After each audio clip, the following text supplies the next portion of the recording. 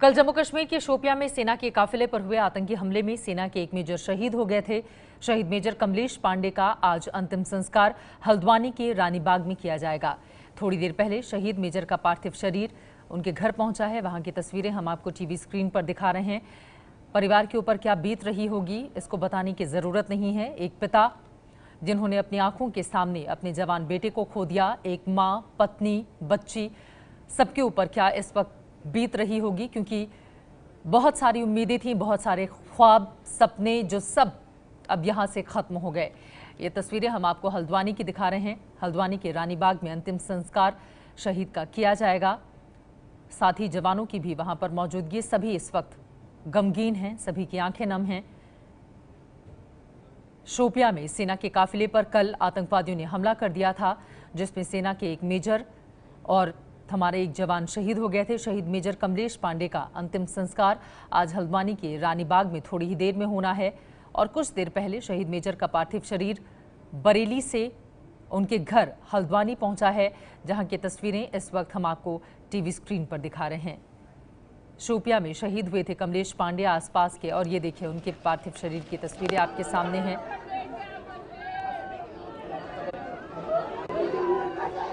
अपने शहीद मेजर पर इस देश को नाज है, गर्व है, लेकिन सभी की जुबान पर यही सवाल कि आखिर कब तक। पिता को रोते हुए, बिलखते हुए आप तस्वीरों में देख पा रहे थे। अपने दर्द को समेटने की वो लगातार कोशिश कर रहे हैं, लेकिन सब में नाकाम, क्योंकि अपनी ही आंखों के सामने अपने जवान बेटे को आज अंतिम श्रद्धांजलि उन्हें देनी होगी। 28 साल के मेजर कमलेश पांडे, जिनका कल निधन हो गया, वो शहीद हो गए आतंकवादियों के हमले में।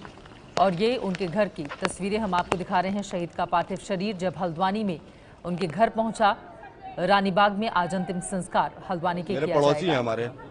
हाँ जी, बिल्कुल बहुत अच्छे, मिलनसार, हंसमुख थे, हमेशा मिलने वाले अच्छे, यानी कि एक जिस तरीके से कहा जाए इंसान होना चाहिए। एक हमारे पड़ोस में एक घर जैसे ताल्लुकात थे, घर जैसा था। हम बहुत अच्छे थे लड़के भैया हमारे जो भी थे। आखिरी बार शायद 4 महीने पहले, 4 महीने पहले के आसपास की बात है। 4 महीने पहले आखिरी बार मिले थे उनसे हम लोग।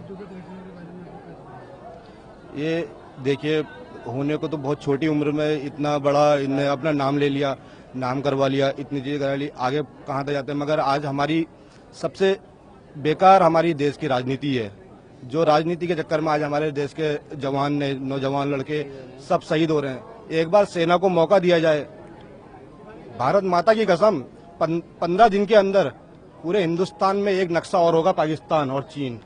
हमारे सेना के जवानों को अगर मौका दे दिया जाए। मेरा नाम नीरज नेगी है, मैं कांतिपुरा में मतपुरा से इनका पड़ोसी हूँ। मैं अनिल पंत पड़ोसी हैं। हम भी पड़ोसी हैं, 2 साल से यहीं आए थे, 2-3 साल से ही मकान में है। तो काफ़ी अच्छे थे, मिलनसार थे, मिलते थे, हंसमुख थे। हमें गर्व है इनकी शहादत पे। सुबह 8:30 बजे करीब आपका फ़ोन आया था, तो अचानक रो रहे थे, तो मैं भी गया। तो उन्होंने बताया कि न्यूज़ में सुन रहा था कि ये ऑपरेशन हुआ है करके, तो कंफर्म हो गया था। तो फ़ोन के द्वारा सूचना मिली थी। फोन के द्वारा घर पर सूचना आई हुई थी इनके, उसी से पता चला।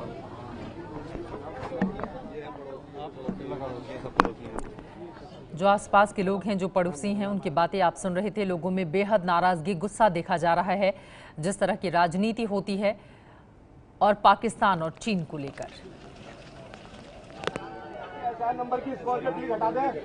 ये बच्चे भी बहुत प्यारे और बहुत अच्छे थे। आज बड़ी दुखद हमारे सामने घटना हुई है। हमारी मुलाकात तो पापा से होती रहती थी, लेकिन इनसे मुलाकात हमारी 1-8 साल पहले हुई थी, देखा था।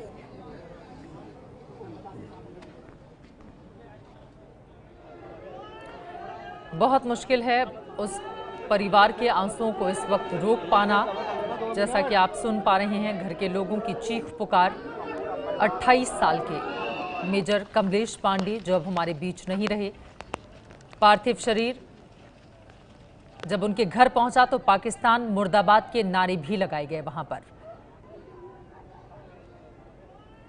ये है एबीपी न्यूज़, आपको रखे आगे।